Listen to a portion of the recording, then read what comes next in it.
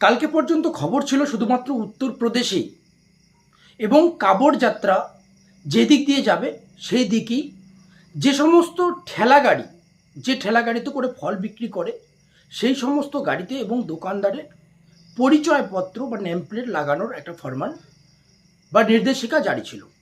সেই উত্তরপ্রদেশকে দেখে শেখার তো নামগন্ধ ভালো জিনিসটা নেই, বরঞ্চ এই নির্দেশিকা, যে নির্দেশিকা এই মুহূর্তে ভারতীয় রাজনীতিতে তোলপাড় করে দিয়েছে, ভারতীয় জনতা পার্টির যে রাজনৈতিক যে পরিকাঠামো বা পরিকল্পনা, তাদের যে রাজনৈতিক ক্রোনোলজি, সেই ক্রোনোলজি এখান থেকে পরিষ্কার যে উত্তরপ্রদেশের নির্দেশিকার সঙ্গে সঙ্গেই উত্তরাখণ্ড এবং জয়পুরও একই রকম নির্দেশিকা জারি হয়। স্বাভাবিকভাবেই এরকম একটা অসাংবিধানিক সিদ্ধান্তের পরিপ্রেক্ষিতে বা তাদের প্রতিবাদে রাজনৈতিক মহল কিন্তু বিভিন্নভাবে বিভিন্নজন প্রতিবাদ করছে। ঠিক একই রকমভাবে প্রিয়াঙ্কা গান্ধী বঢ়রা তার প্রতিক্রিয়া জানিয়েছেন। প্রিয়াঙ্কা গান্ধী বঢ়রা কি জানিয়েছেন আমি কিছুক্ষণ পরে দেখাচ্ছি। তার আগে সোনু সুদও কিন্তু এর প্রতিবাদ করেছেন। উনি বলেছেন যে সমস্ত দোকানের নেমপ্লেটে একটা জিনিসই লেখা থাকা উচিত, হিউম্যানিটি, মানবিকতা বা মনুষ্যত্ব। বিজেপির যে পুরো ট্রোল আদমি এই সোনু সুদকে কিন্তু বিভিন্নভাবে ট্রোল করা শুরু করেছেন। সোনু সুদ কে? মনে আসে নিশ্চয় আপনার সেই করোনার সময়, যে করোনার মুহূর্তে রাস্তাঘাটে কেউ বেরোনোর সাহস করতো না, সেই মুহূর্তে সোনু সুদ রাস্তায় ছিলেন। যে মুহূর্তে একজন বাচ্চা তার মায়ের হাত ধরতে ভয় পেত, একজন বাবা তার ছেলেকে স্পর্শ করতে ভয় পেত, সেই মুহূর্তে সোনু সুদ কিন্তু মানুষের সঙ্গে, কোন মানুষ, সেই শ্রমিক মজদুর বা গরিব শ্রমিকদের গলা পর্যন্ত মিলিয়েছেন, তাদের পাশে দাঁড়িয়েছিলেন।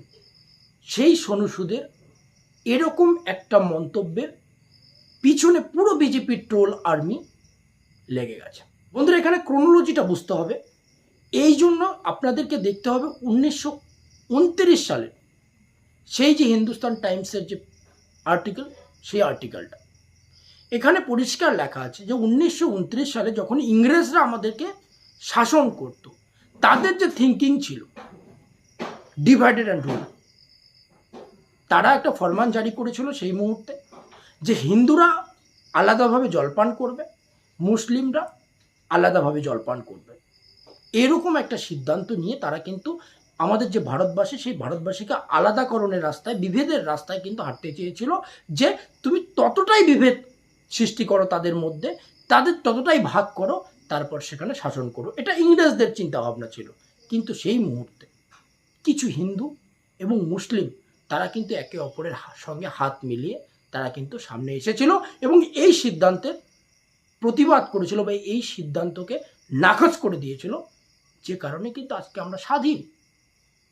কিন্তু এই বিজেপি কিন্তু সেই রকম চিন্তা ভাবনা করে বর্তমানে আমাদেরকে শাসন করতে চাচ্ছে বা তাদের যে শাসনকাল সেটাকে আরো দীর্ঘায়িত করছে। এই বিষয়ে আমি একটা কথা বলি, যে থিঙ্ক ট্যাঙ্ক আছে যারা বিজেপিকে সিদ্ধান্ত দেয়, বিভিন্ন পরিকল্পনা সাজিয়ে দেয়, তারা বিজেপিকে আজকাল মনে হয় ভালো রকম বুদ্ধি দিচ্ছে না।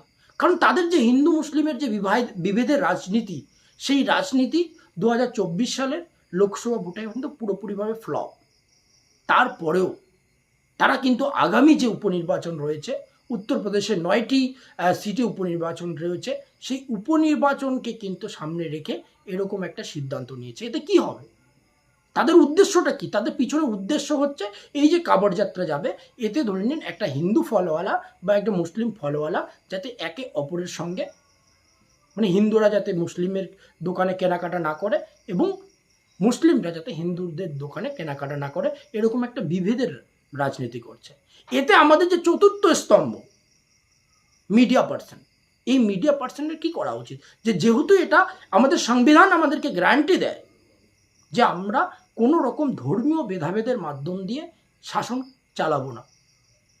তাছাড়া নরেন্দ্র মোদী তো সবসময় চিৎকার করে বলে সবকা সাথ সবকা বিকাশ, কিন্তু এরা এই অসাংবিধানিক সিদ্ধান্ত নিচ্ছে বা অসাংবিধানিক কার্যকলাপ দিনের পর দিন চালিয়ে যাচ্ছে। এতে মিডিয়া যে চতুর্থ স্তম্ভ তাদেরকে কিন্তু সমালোচনা করা উচিত, তাদেরকে সরকারকে প্রশ্ন করা উচিত, প্রশাসনকে প্রশ্ন করা উচিত, কিন্তু তার না করে মুকেশ আম্বানির পাপা কি পড়িয়া কি বলেছে 2006 সালের মনমোহন সিংয়ের ডক্টর মনমোহন সিংয়ের একটি ফরমান বা তাদের যে একটি আর্টিকেল দেখিয়ে একটি অর্ডার দেখিয়ে উনি বলেছে যে এই সিদ্ধান্ত 2006 সালের। কতটা ভোলা, কতটা ভোলা। 2006 সালে যে ফরমানটা ছিল সেটা ছিল যারা বড় ব্যবসায়ী, যে হোটেল রেস্টুরেন্টের ব্যবসা, সেটার ক্ষেত্রে তার যে লাইসেন্স সেটাকে এবং নামটাকে বড় অক্ষরে লেখার একটা সিদ্ধান্ত ছিল। সেটা ছিল যারা আর্থসামাজিক দিক থেকে উন্নত বড় ধরনের ব্যবসায়ী তাদের জন্য। কিন্তু এদের যে ক্রোনোলজি, এদের যে চিন্তা ভাবনা, এটা কিন্তু শ্রমিক মজদুরের জন্য বা গরিবদের জন্য। তাহলে দুটোর মধ্যে বিস্তর ফারাক। তার সঙ্গে আমান চোপড়া, সেই গদি মিডিয়া পাপা কি, আমান চোপড়া এখানে যেটা লিখে সেখানে কিন্তু মাটন থেকে মাছ সব কিছুকেই টেনে এনে। তাহলে এদের চিন্তা ভাবনাটা কি? এরা কি শাসককে গাইড করার চেষ্টা করছে কোনোভাবে? এদের কি কোনো দায়িত্ব বর্তায় না সমাজের প্রতি? এদেরকে শাসককে প্রশ্ন করার ক্ষমতা নেই? তার জন্য এরা প্রশ্ন করে প্রধানমন্ত্রী সাহেবকে যে আপনি কোন টনিক। প্রিয়াঙ্কা গান্ধী বাড্রা কি বলেছে আমি শোনাবো। প্রিয়াঙ্কা গান্ধী বাড্রা বলেছে যে এভাবে ধর্মীয় ভিত্তিতে বিভেদ আমাদের সংবিধান কখনোই এটা মেনে নিতে পারে না। আমাদের সংবিধান আমাদেরকে গ্যারান্টি দেয় যে আমরা কখনোই ধর্মীয় ভিত্তিতে এভাবে ভেদাভেদ করব না, এবং এটাকে কোনোভাবেই আমরা মেনে নেব না, কারণ এটা আমাদের সাংবিধানিক অধিকার। উনি এটার বিরোধিতা করবেন, এটা গ্যারান্টি। ঠেলা গাড়িতে নাম প্লেট লাগানোর জন্য বা নাম বড় বড় অক্ষরে লেখার ভিত্তিতে বা পরিপ্রেক্ষিতে আম আদমি পার্টির সঞ্জয় সিং কি বলেছে আমরা শুনবো। नफरत भाजपा के नस नस में भरी हुई है। दलितों से नफरत, पिछड़ों से नफरत, आदिवासियों से नफरत, अल्पसंख्यकों से नफरत। और जब से ये चुनाव बीजेपी हारी है, इन्होंने दलितों, पिछड़ों, आदिवासियों और अल्पसंख्यकों का सारा धंधा रोजगार सब कुछ बंद करने का संकल्प ले लिया है। और नया फरमान जारी हुआ है योगी जी का कि जिस तरफ से कांवड़ यात्री गुजरेंगे आपको अपना नेम प्लेट लगा के रखना होगा। आप मुझे बताइए, कल को कोई वाल्मीकि समाज का व्यक्ति, जाटो समाज का व्यक्ति, वो अपनी नेम प्लेट लगा लेगा। ये बीजेपी वाले जो अपने बगल नहीं बैठने देते, खाना साथ में नहीं खाते, जो मंदिर में प्रवेश नहीं करने देते किसी दलित और पिछड़े का, जो अखिलेश यादव जी के मंदिर प्रवेश करने पर गंगा जल से मंदिर को धुलते हैं, अवधेश पासी जी के अयोध्या से जीतने पर उनको गालियां देते हैं, ऐसे लोग जिनके राज के अंदर दलित बच्चे का अंगूठा काट लिया जाता है, जो जिस पार्टी के नेता, बीजेपी के नेता आदिवासी के सिर पे पेशाब करते हैं, दलितों को घोड़ी पे नहीं चढ़ने दिया जाता इनके राज में, हाथरस कांड हुआ इनके राज में। क्या आपको लगता है कि ये लोग दलितों, पिछड़ों के दुकान पर सामान खरीदेंगे? শুনলেন কি চলছে দেশে? ধর্মীয় ভেদাভেদের মাধ্যমে আমাদেরকে ডিভাইডেড করে আলাদাকরণের মাধ্যমে এদের শাসন কার্যটাকে দীর্ঘায়িত করার চেষ্টা করছে।